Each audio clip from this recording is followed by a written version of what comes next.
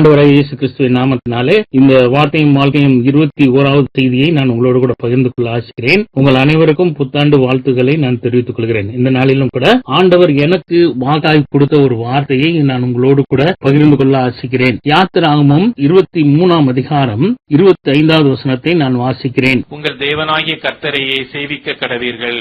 அவர் உன் அப்பத்தையும் உன் தண்ணீரையும் ஆசீர்வதிப்பார். வியாதியை உன்னிலிருந்து விலக்குவேன். கிறிஸ்துவுக்குள் பிரியமானவர்களே, இந்த வாக்கு தத்தத்தை தான் நான் ஜெபித்த நேரங்களிலே ஆண்டவர் எனக்கு பகிர்ந்து கொடுத்தார். இந்த வருடத்துல என்னை கொண்டு இந்த ஊழியத்தின் பாதையில எந்த இடத்துக்கு நான் கடந்து செல்கிறேனோ அந்த இடத்துல எல்லாம் இந்த வார்த்தையை கொடுத்து ஆசீர்வதிக்க வேண்டும் என்று தேவன் எனக்கு கற்றுக் கொடுத்திருக்கிறார். அதை தான் நான் உங்களோடு கூட பகிர்ந்து கொள்கிறேன். கிறிஸ்துவுக்குள் பிரியமானவர்களே, இது இந்த இஸ்ரவேல் ஜனங்கள் அடிமைத்தனத்திலிருந்து மீட்கப்பட்டு வந்து கொண்டிருக்கிற நேரத்தில் சொன்னப்பட்ட வார்த்தையாக இருக்கிறது. இதுல பார்க்கும் பொழுது இந்த வார்த்தை தேவன் கொடுக்கும் பொழுது அவருடைய மனநிலை எப்படி இருந்துச்சுன்னா, ஒரு சில எதிர்பார்ப்புகளை மனுக்குலத்துல தேவன் வைத்தார். எப்படின்னா, சேவிக்க வேண்டும். முதலாவது காரியம், ஒரு 3 காரியத்தை நம்ம செய்யும் பொழுது 4வது வியாதியை விளக்குவேன் என்ற வார்த்தையை தேவன் நமக்கு தருகிறவராக இருக்கிறார். முதல் காரியம் பார்க்கும் பொழுது சேவிக்க வேண்டும். சேவிக்க வேண்டும் என்றால் என்ன அர்த்தம்? இந்த புது வருடத்துல ஒரு சில தீர்மானங்களை நம்ம எடுத்திருப்போம். இந்த வருஷத்துல நான் இதெல்லாம் கடைபிடிக்க போறேன் என்று ஒரு சில தீர்மானம். கடந்த வருடத்துல நான் செய்யாதது இந்த வருடத்துல நான் செய்து முடிப்பேன் என்ற ஒரு தீர்மானத்தை எடுத்திருப்போம். ஒரு லக்கை நிர்ணயித்திருப்போம். அது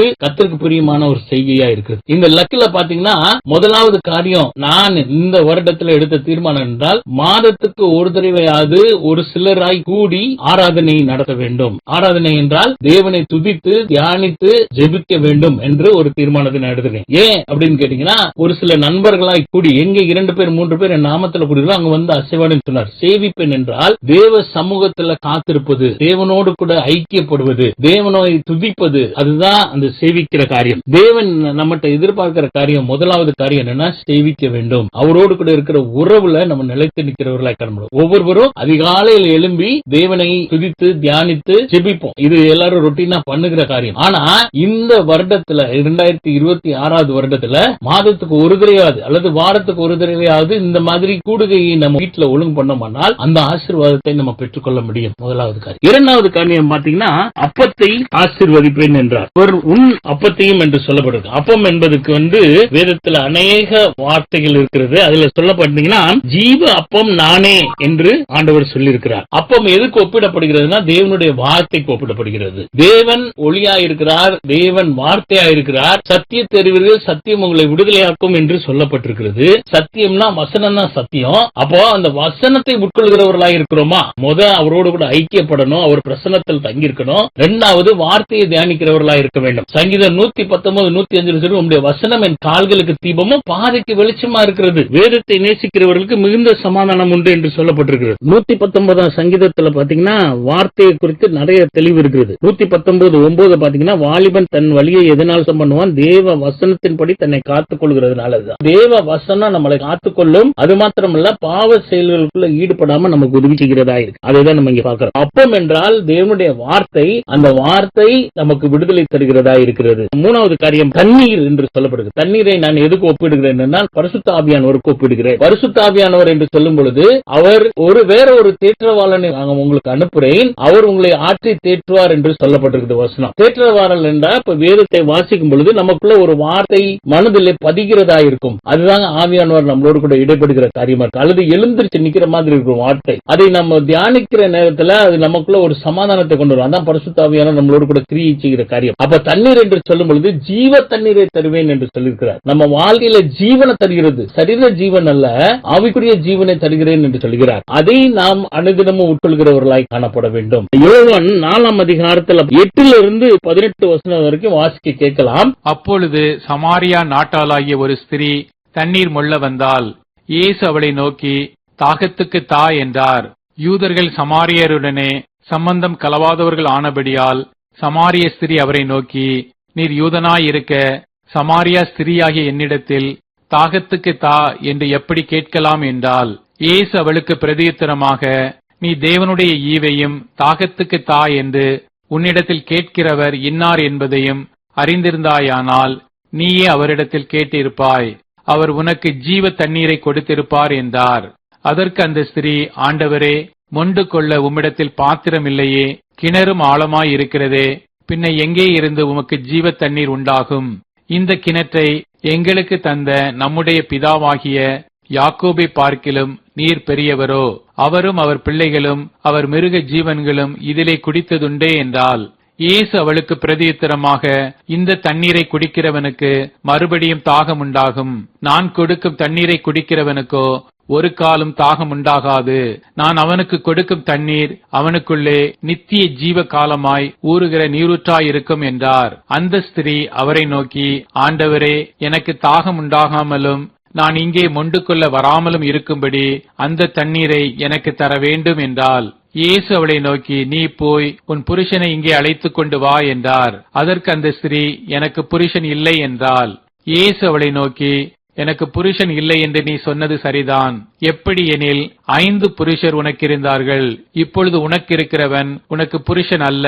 இதை உள்ளபடி சொன்னாய் என்றார். நீங்க அந்த அதிகாரத்தை முழுவதும் வாசித்து பாருங்க. அங்க சொல்லப்பட்டிருக்கிற சம்பவம் எதுன்னு கேட்டீங்கன்னா, ஒரு சமாரியா ஸ்திரீயை இயேசு சந்திக்கிறதை நம்ம அங்க பாக்குறோம். நான் சுருக்கமாய் சொல்கிறேன், நீங்க வாசித்து பாருங்க, அதோட தெளிவான விளக்கம் அதுல இருக்கிறது. சமாரியா நாட்டு ஸ்திரீ அங்க இருக்கிறாள். அவர் இடத்துல போய் தேவன் தண்ணீரை கேட்கிறார். கேட்கும் பொழுது அந்த ஸ்திரீ சொல்றார், உங்கள் இடத்துல பாத்திரமோ எதுவுமே இல்லையா ஆண்டவரே, தண்ணீரை கேட்கறீங்களா, எப்படி தருவேன்னு சொல்லி ஒரு தள்ளப்பட்டிருக்கிற ஸ்திரீயின் இடத்துல தேவன் உரையாடுகிறத நம்ம இந்த பகுதியில பார்க்கிறோம். நீர் எங்களுக்கு கிணறை தோண்டி கொடுத்த யாக்கோபோடு பெரியவரா அப்படின்னு சொல்லி அந்த சகோதரி கேக்குறாங்க.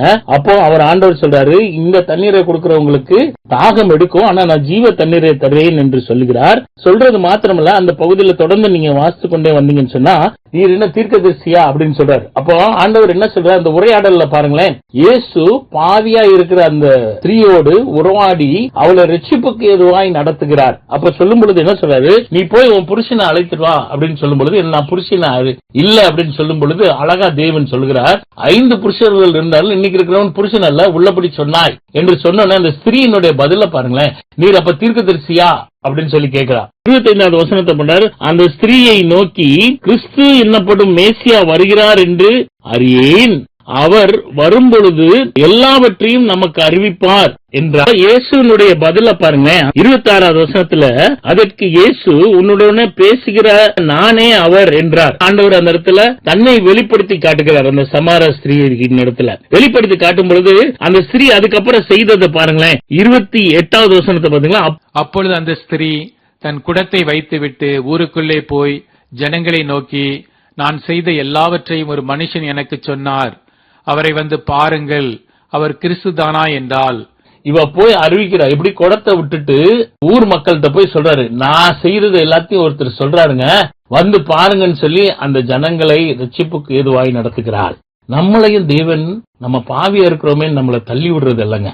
வருத்தப்பட்ட பாரம் சுமக்கிறவர்களே, நீங்க என்னிடத்துல வாங்க, நான் உங்களுக்கு இளைப்பாறுதலை தருவேன்னு சொல்றாரு. ஆனா ஆண்டவர் நம்மளை விரும்புகிறார், நம்ம அவரோடு கூட ஐக்கிய பண்ணணும்னு சொல்லி விரும்புகிறார், நம்மளை எடுத்து பயன்படுத்த வேண்டும் என்று விரும்புகிறார். ஆனா தகுதி இல்லாத நாம் கர்த்தரிடத்துல நம்மை சமர்ப்பிக்கும் பொழுது தேவன் நம்மளை தகுதிப்படுத்தி அவர் சித்தத்தை நம்ம மூலமாய் நிறைவேற்றுவதற்கு ஆயத்தமா இருக்கிறார். நம்ம அதுக்கு செயல்படுறதுக்கு ஆயத்தமா இருக்கிறோமா, நம்மளை நாமே ஆராய்ந்து பார்க்க வேண்டும். 3 காரியம் நான் சொன்னேன். சேவிக்கணும், டெய்லி தேவனுடைய வார்த்தையை உட்கொள்ளணும். 3வது பரிசுத்தாவியானவரை டெய்லி ஆராதிக்க வேண்டும். எப்படி ஆண்டவரோடு கூட இருக்கிற உறவு, பரிசுத்தாவியான நம்ம கிட்ட பேசணும்னு சொல்லி விரும்புகிறார். அதுக்கு நம்ம விட்டுக் கொடுக்கிறவர்களாய் காணப்படணும். அப்படி செய்யும் பொழுது வியாதியை குணமாக்குவேன் என்று சொல்கிறார். ஒருவேளை இதுவரைக்கும் இருந்த வியாதியை பெருகாம பண்ணுவார், அல்லது இனி வர இருக்கிற வியாதியை தேவன் தடுத்து போடுவார்.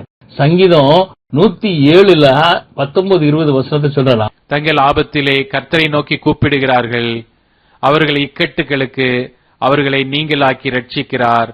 அவர் தமது வசனத்தை அனுப்பி அவர்களை குணமாக்கி அவர்களை அழிவுக்கு தப்புவிக்கிறார். வார்த்தை தாங்க ஜீவன், வார்த்தை தாங்க நம்மளை உயிர்ப்பிக்கும். எவ்வளவு தூரத்துக்கு வார்த்தையை உட்கொள்கிறவராக இருக்கிறோம். இந்த சமாரியா ஸ்திரீக்கு வார்த்தையை தேவன் சொன்னார், தீர்க்க தரிசனத்தை சொன்னார். அவ அழைத்து வந்தா அநேகர் ஆண்டவருக்குள்ள வந்தாங்க. இன்னைக்கு நம்மளையும் தேவன் அப்படி பயன்படுத்தணும்னு விரும்புகிறார். அதுக்கு நம்ம தகுதி உள்ளவர்களா இருக்கிறோமா? முதலாவது சேவிக்கணும் புது வருடத்துல, 2வது அப்பத்தை உட்கொள்ளணும், அப்புறம் ஜீவ தண்ணீரை பெற்றுக்கொள்ளணும். அப்போ நம்ம வியாதியை நம்ம விட்டு விலக்குகின்றார். கேட்கலாமாங்க கர்த்தர் இடத்துல? கண்களை மூடி நாம் ஜெபிக்கலாம். கிருபை நிறைந்த அன்பின் ஆண்டவரே, இந்த நாளுக்காக உம்மை ஸ்தோத்திரிக்கிறோம். இந்த வாக்குத்தத்த வசனத்துக்காக உமக்கு நன்றி ஆண்டவரே. இதை நாங்க 3 காரியத்தை செய்து 4வது ஆசீர்வாதங்களை அனுபவிக்க எங்களுக்கு உதவிச்சுங்கப்பா. நீங்க பொறுப்பேற்றுக் கொள்ளுங்க, வழி நடத்துங்க ஆண்டவரே. இம்மட்டும் காத்து எபனேசர் இனி ஒரு நாட்கள் காத்து நடத்துங்க. இயேசு கிறிஸ்துவின் நாமத்தினாலே வேண்டுதல் செய்கிறோம் நல்ல பிதாவே. கர்த்தர் உங்களை ஆசீர்வதிப்பார். இந்த புது வருடம் நமக்கு ஒரு ஆசீர்வாதமான வருடமாய் காணப்படுவதாக இயேசுவின் நாமத்தினாலே வாழ்த்துகிறேன். ஆமென்.